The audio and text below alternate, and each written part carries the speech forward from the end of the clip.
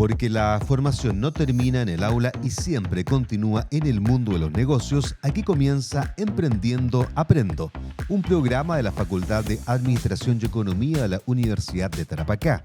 Una invitación para analizar el ecosistema emprendedor, entender el mercado y también conocer la cultura tributaria.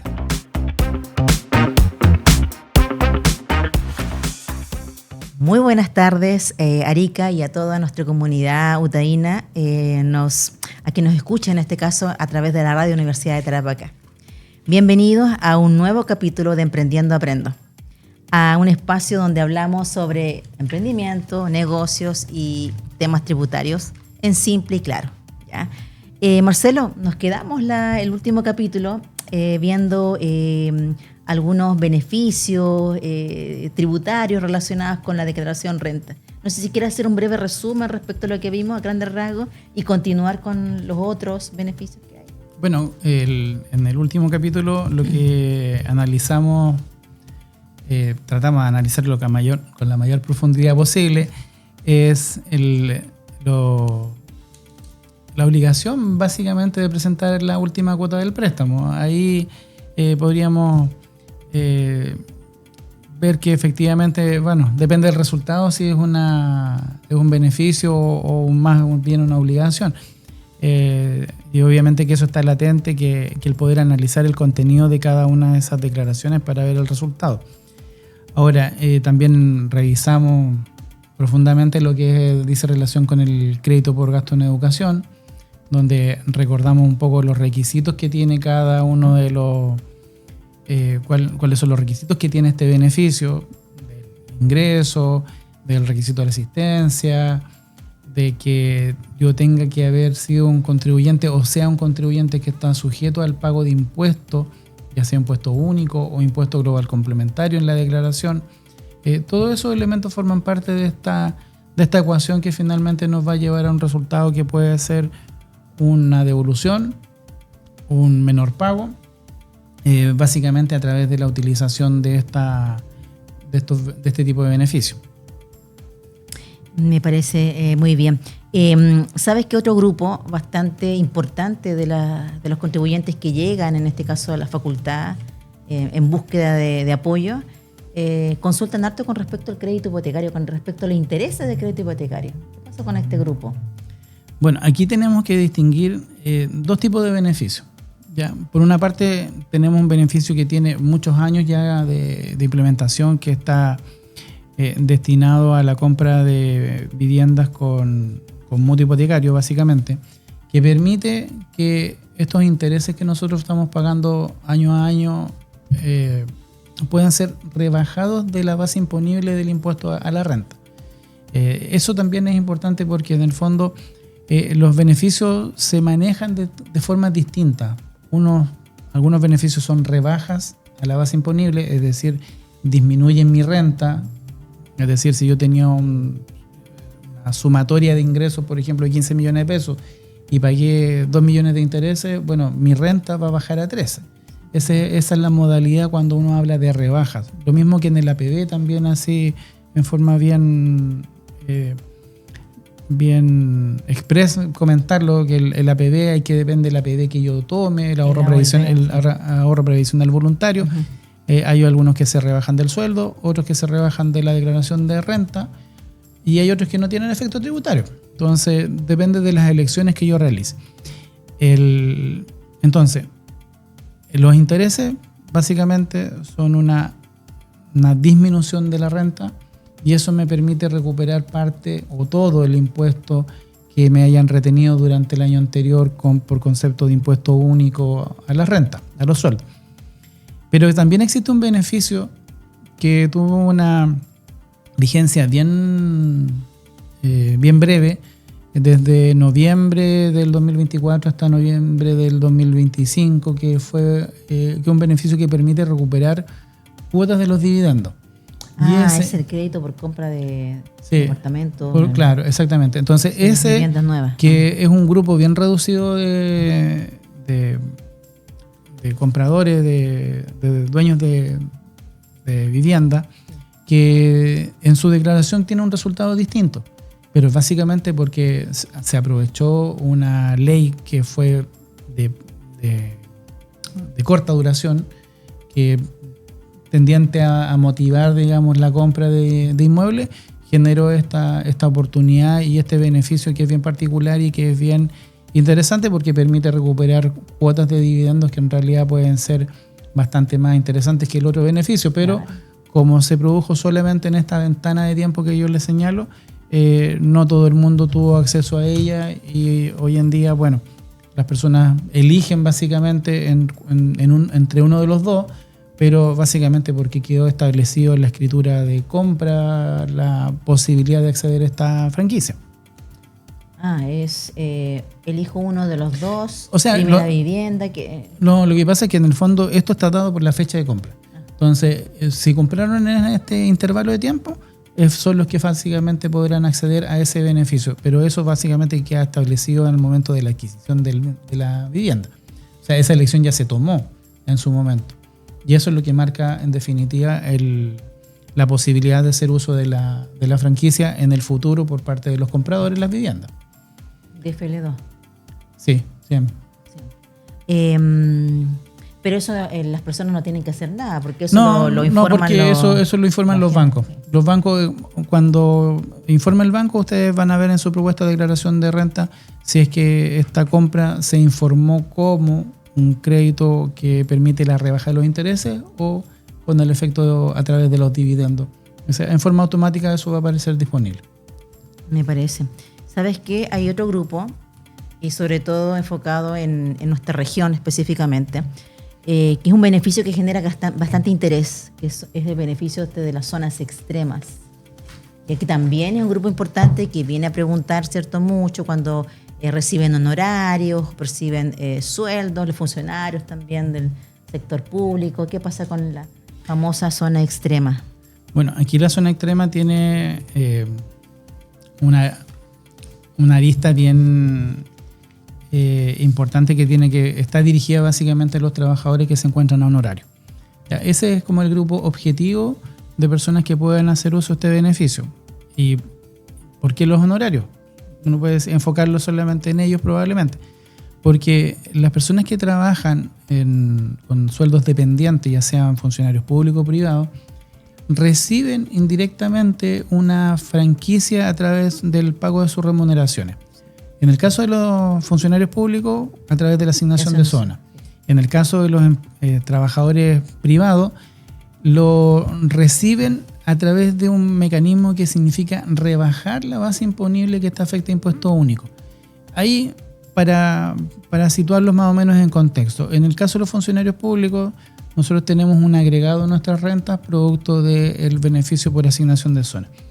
En los trabajadores privados lo que se hace, como no es el fisco el que ordena el pago de las remuneraciones, lo que le permite al fisco a través de esta modalidad es decirle ya, mire, ¿sabe qué? Usted en lugar de que su base imponible afecta a impuestos sea de 1 millón, yo se la voy a rebajar en un porcentaje que varía según comuna.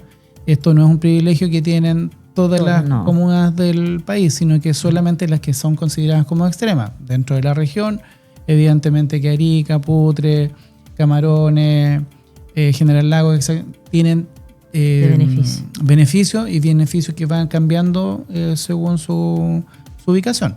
Iquique también tiene, en el sur, Puerto Natales, Coyhaique, etcétera. Pero ¿y el porcentaje va cambiando? Y los porcentajes van cambiando entre todas ellas. Entonces, lo que hace esto es rebajar la base imponible que está afecta a impuestos. Entonces, por ejemplo, una persona que tiene un ingreso de 1.200.000 pesos, después, recordemos la estructura para el cálculo del impuesto único, es el sueldo imponible menos las leyes sociales.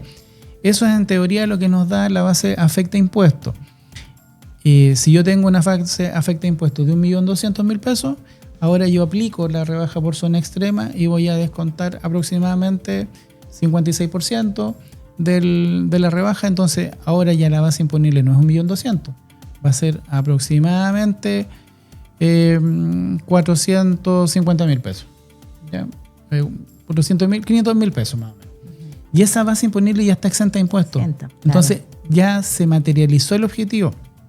se cumplió con el rol de alguna forma desafectar a las personas de un impuesto que generaría cierto grado de inequidad si lo planteamos frente a un funcionario público que está recibiendo renta adicional por concepto de trabajar en Arica o en cualquiera de las zonas extremas. Bueno, eso en los honorarios no se da. ¿Y cómo se materializa? A través de la declaración de renta. Y en la declaración de renta lo que nosotros tenemos es una rebaja adicional a los honorarios que las personas han percibido durante el año 2025 o en realidad durante cualquier año. Hay una primera rebaja por defecto que entrega la ley, que es un 30%, y después nosotros aplicamos la rebaja por zona extrema. Pero esa rebaja de zona extrema tiene un tope, y tiene un tope aproximadamente de 4 millones de pesos en el año, pero también hay que ir viendo cómo se va dando la dinámica de las rentas pagadas durante cada mes, porque hay un tope primero y un tope mensual. Entonces, al final de todo este proceso, de hecho, existe un asistente de cálculo que nos permite y nos facilita este llenado, pero hay que tener presente de que necesitamos contar con los certificados de honorario de todos los meses, porque esto es un llenado, un vaciado de información que se entrega en un asistente de cálculo que está disponible para que cualquiera lo haga, pero si no lo entiende, no se familiarizan con estos conceptos. Ahí recuerden que está la sede de la universidad para acompañarlos durante el mes de abril en este proceso. Pero ahí surge el caso de las personas que tienen sueldo y honorario. Y ahí es donde necesitamos más información. Necesitamos contar con los certificados de sueldo de su empleador para ver si pueden utilizar el porcentaje, un tope o una parte o el total de la rebaja por zona extrema en el caso del honorario. Y ahí se dan dos particularidades, porque yo podría tener un sueldo que no tuvo el beneficio, que no me hicieron el descuento de la rebaja por zona extrema. Entonces voy a poder utilizar probablemente el tope en mis honorarios. Pero en los trabajadores del sector público existe una incompatibilidad respecto del beneficio, por lo tanto, quien trabaja en un servicio público o autónomo y recibe estas asignaciones que tienen la equivalencia a asignación de zona, no pueden hacer la rebaja en el formulario 22 por concepto del honorario. Así que ahí hay que tener ojo con ese detalle. Es importante que se informen debidamente de esta restricción y básicamente lo tengan presente al momento de hacer su declaración. Pero los que tienen ingresos solamente por honorario van a poder visualizar de que efectivamente se produce una disminución en la renta, pero también, para no crear falsas expectativas, también hay que tener presente de que esa rebaja se percibe, o el efecto se percibe en la medida de que yo no tengo ingresos tributables superiores a 11.265.000 pesos. Si yo tengo rentas inferiores a eso, la verdad que no se produce ningún efecto, no hay ningún efecto secundario respecto de esa disminución. Por lo tanto, también ahí como informativo, tengan en conocimiento de que eso finalmente a veces puede no materializarse en una mayor devolución. Es lo mismo que lo dijo en el colegio. O sea, si yo no pago impuestos, si no me retiran impuestos y puedo tener 2, 3 hijos en el colegio, finalmente no voy a ver incrementada mi renta o mi devolución, por más que en el fondo tenga ingresos por debajo de los 31 millones de infracción que les mencionaba, me hayan cedido el 50%, pero finalmente yo puedo tener una declaración muy bonita con un monto muy elevado, probablemente como para devolver, pero finalmente no voy a ver en eso materializado ninguna devolución porque nunca pagué impuestos de ninguna naturaleza. Me parece, tú mencionaste algo de el 30%, ¿te refieres a los gastos presuntos? Sí, ahí para los honorarios también es como dato, recordar de que cualquier persona tiene la posibilidad de rebajar en un 30% sus ingresos al momento de hacer su declaración. Es decir, si yo tengo honorarios por 10 millones, voy a tributar por 7. Después viene la rebaja por zona extrema si corresponde. Pero algunas personas pueden tener honorarios muchísimo más elevados que eso y tienen la opción... Conviene, ¿no? Tal vez en ese sentido, tal vez no me conviene gasto presunto, sino que gastos ya efectivamente... Eso es lo que te iba a indicar. En el recuadro de los honorarios existen dos posibles rebajas que yo puedo realizar a mis ingresos, que son los gastos efectivos o los gastos presuntos. Y en este caso, si yo llevo gastos efectivos, bueno, tengo que llevar una contabilización de eso. Claro. Si bien es cierto, no tenemos que llevar contabilidad completa como una empresa, pero sí tiene que haber un registro y un respaldo de todos los gastos que en el fondo en los cuales incurrió la persona. Gastos que evidentemente tienen que estar relacionados con la actividad que realiza. No puede ir cualquier cosa. Muy interesante lo que estamos viendo, Marcelo, pero tenemos que ir a una pausa. Después seguimos y continuamos con estas interesantes materias.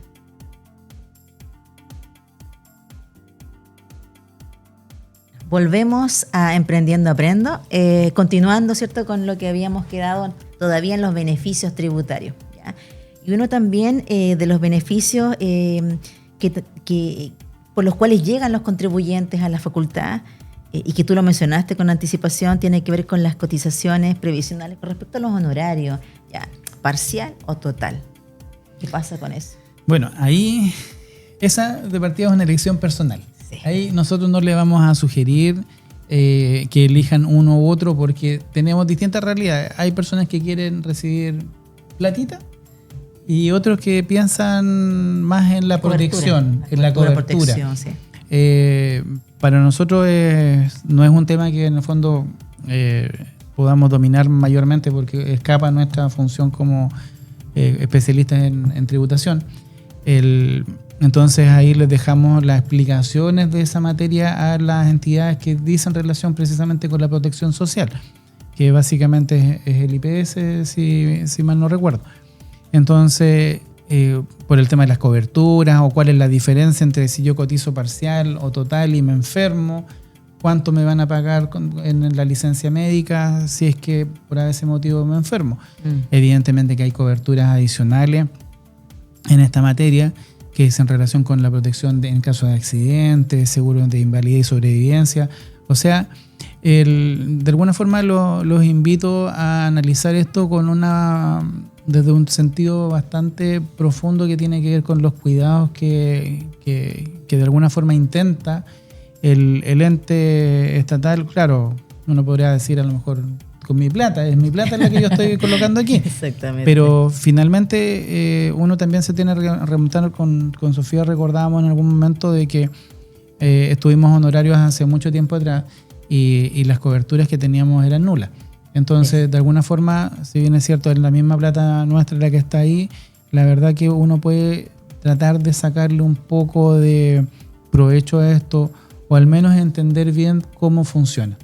Y ojalá no tener que utilizarlo nunca, evidentemente, pero sabemos que la vida de repente nos pone ciertas pruebas y la verdad es que si es que tenemos que hacer uso de eso, bueno, finalmente también están nuestras familias de por medio que en el fondo pueden recibir algún grado de protección por la existencia de este beneficio. Y lo importante en esto es que la declaración de renta se haga, que no se olviden de no hacerla o no porque tengan una sensación de frustración no la van a hacer porque no van a recibir ese dinero. Ese dinero lo van a recibir, no directamente, pero sí va a llegar, digamos, de forma de cobertura desde el periodo, y estas coberturas empiezan a contar de julio del 2026 hasta junio del 2027.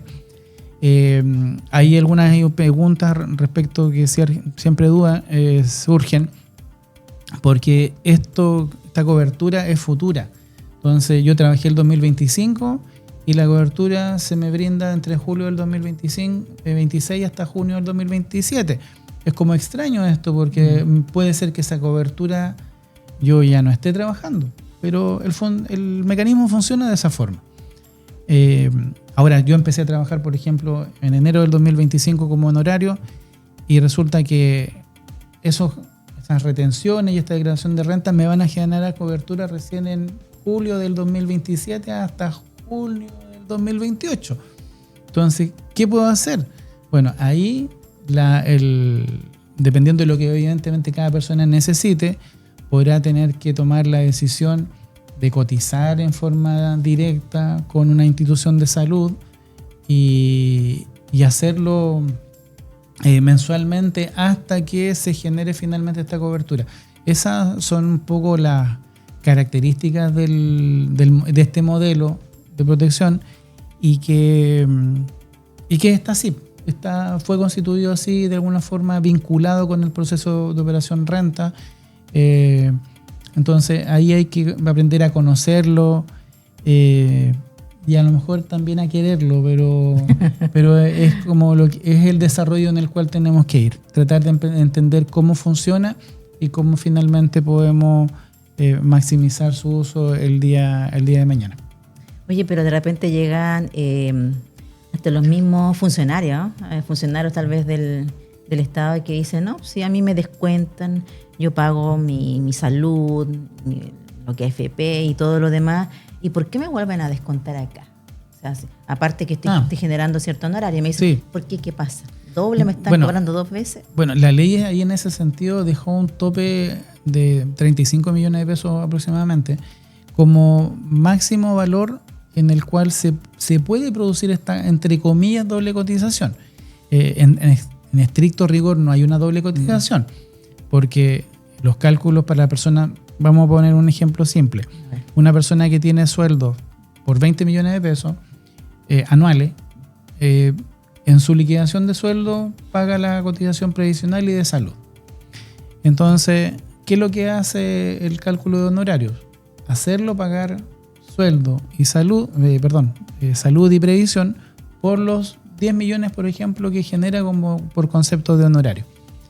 Entonces no existe una doble cotización porque son bases distintas, son sueldos distintos, son ingresos distintos que pasan a formar parte del cálculo de la cotización previsional.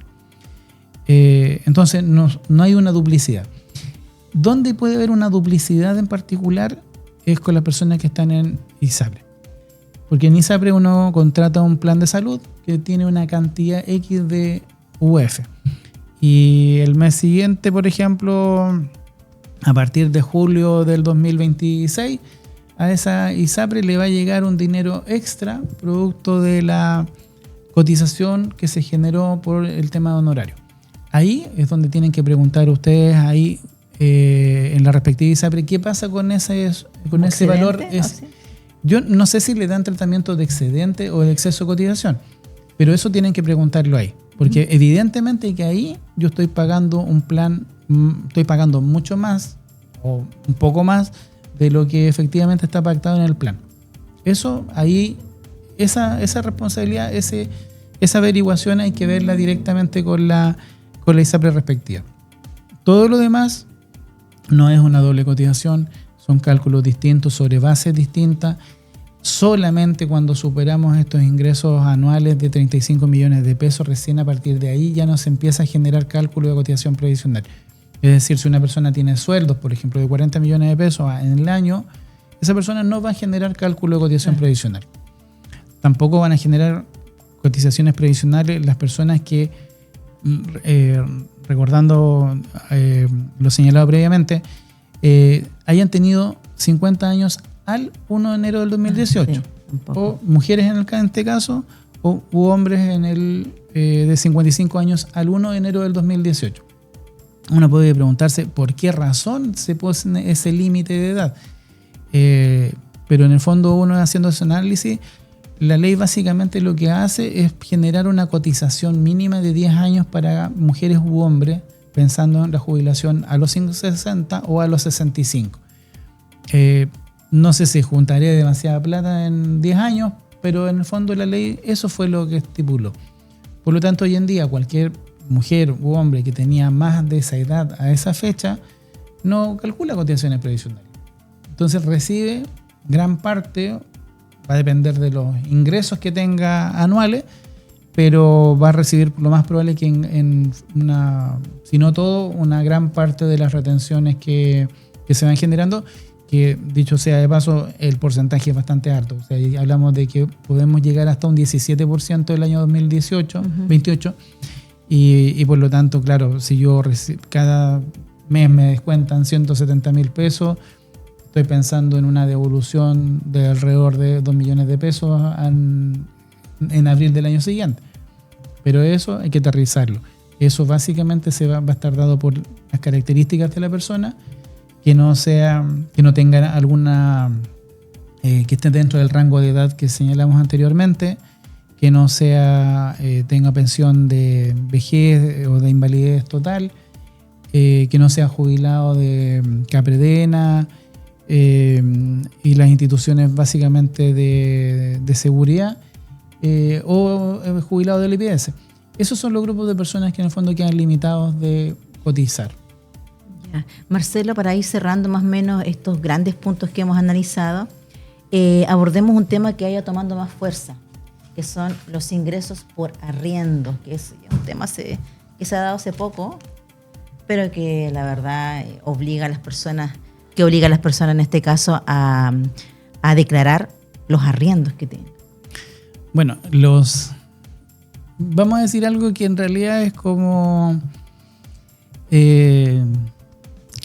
eso, lo nuevo, la verdad, es el sistema que implementó el servicio respecto de que esa información se entregue al momento de hacer la declaración de renta. Eso es como una de las grandes novedades, porque la obligatoriedad de declarar los arriendos ha estado siempre. Sí, ahora, ¿dónde cambió un poco la ley? Fue respecto de las limitaciones a las propiedades que son de FL2. Las propiedades de FL2 son viviendas, entre comillas, económicas, porque en realidad tienen un margen de construcción de hasta 145 metros cuadrados, las cuales uno podía explotar sin ningún límite de cantidades. Entonces yo podía tener 10 viviendas de FL2, vivir de los arriendos y no tener que pagar ningún tipo de impuesto, porque la ley me permitía básicamente explotarlas sin tributar. Bueno, eso se modificó ya hace alrededor de unos 3 años, se modificó la ley al respecto, y lo que hizo fue poner un límite a eso.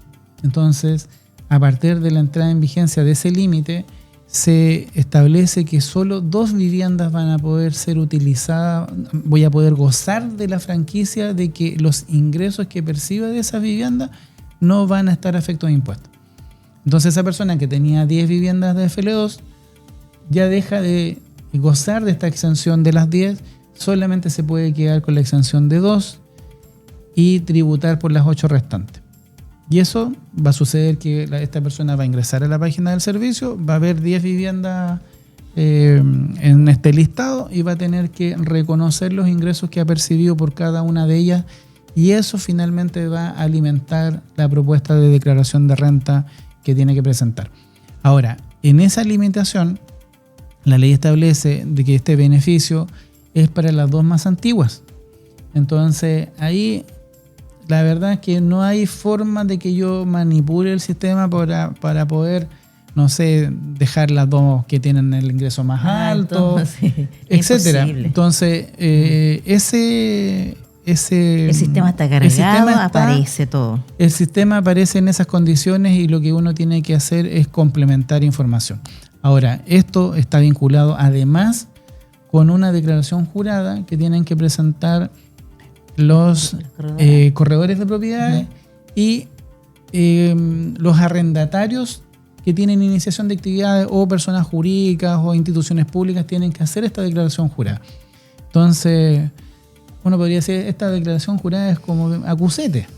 Entonces, esta declaración va a informarle al servicio quién ha recibido ingresos por arriendos de bienes inmuebles, y por lo tanto, de este análisis, de este proceso, se tendrá que determinar si tiene o no que pagar impuesto a la renta por estas sumas percibidas. Hay que recordar que el DFL2 permite liberar la exención en caso que las viviendas estén destinadas al uso de la habitación. Si son locales comerciales, no existe ese beneficio y el ingreso tiene que ser reconocido como renta al momento de hacer la declaración. O sea, no quedan exentas esas propiedades que puedan estar siendo destinadas al uso del comercio. Esa es la condición. Ya, pero de repente llegan personas aludiendo, por ejemplo, que hay varias propiedades que no las reconocen o bien les aparece porcentajes de derechos correspondiente a una propiedad en particular. Bueno, ahí cuando aparece una propiedad que yo la vendí, por ejemplo, yo tengo que reconocerla como que no es propia. Cada rol de avalúo tiene un panel, un box con distintas alternativas. Si está arrendada con inmuebles, si no es propia, si la ocupo la ocupo familiarmente, etcétera. Hay una serie de opciones que con las cuales puedo identificar en qué condición se está utilizando un bien. Ya. Ya hemos llegado ya al final. Hacemos un pequeño resumen de lo Por que... Por favor, Marcelo. Bueno. Y también recordar ahí que cualquier duda se pueden acercar, en este caso a la facultad, que van a haber estudiantes de la carrera de contador auditor junto con fiscalizadores que los pueden ayudar y asesorar en su declaración de renta. Por supuesto. O sea, mira, aquí hemos tocado bastantes temas. O sea, hemos estado hablando del beneficio por gasto en educación, del crédito hipotecario, hemos mencionado mencionamos el tema de los arriendos, los honorarios, que también es un tema bastante recurrente. Todas estas temáticas, bueno, van a quedar además disponibles a través de YouTube, donde van a poder ustedes repasar lo que hemos conversado, ver si es que de repente nos faltó algo. Ahí les pedimos que nos manden un mensaje, nos pregunten a lo mejor si necesitan una precisión respecto de algo. Tratamos en este espacio de poder tocar la mayoría de las temáticas más recurrentes, pero evidentemente que a veces podríamos dedicarle un capítulo completo a una sola. Exactamente. Entonces, la idea es poder ir desarrollando este espacio, generarlo como una oportunidad de generar contenido y conocimiento para todos nuestros auditores y quienes nos puedan visitar desde internet. Y esperamos que haber ayudado a poder entender un poquito este tema y quitar un poquito el miedo a lo que es declaración de renta de repente cuando uno escucha y se asusta. Y también invitarlos a que nos puedan seguir y acompañando en el siguiente capítulo. Eso. Vamos a seguir tratando de ver temas que sean interesantes y que les sirvan en sus respectivas actividades. Muchas gracias. Nos vemos. Fueron 30 minutos de aprendizaje compartido en el siempre dinámico mundo del emprendimiento. En Radio Universidad de Tarapacá presentamos Emprendiendo Aprendo.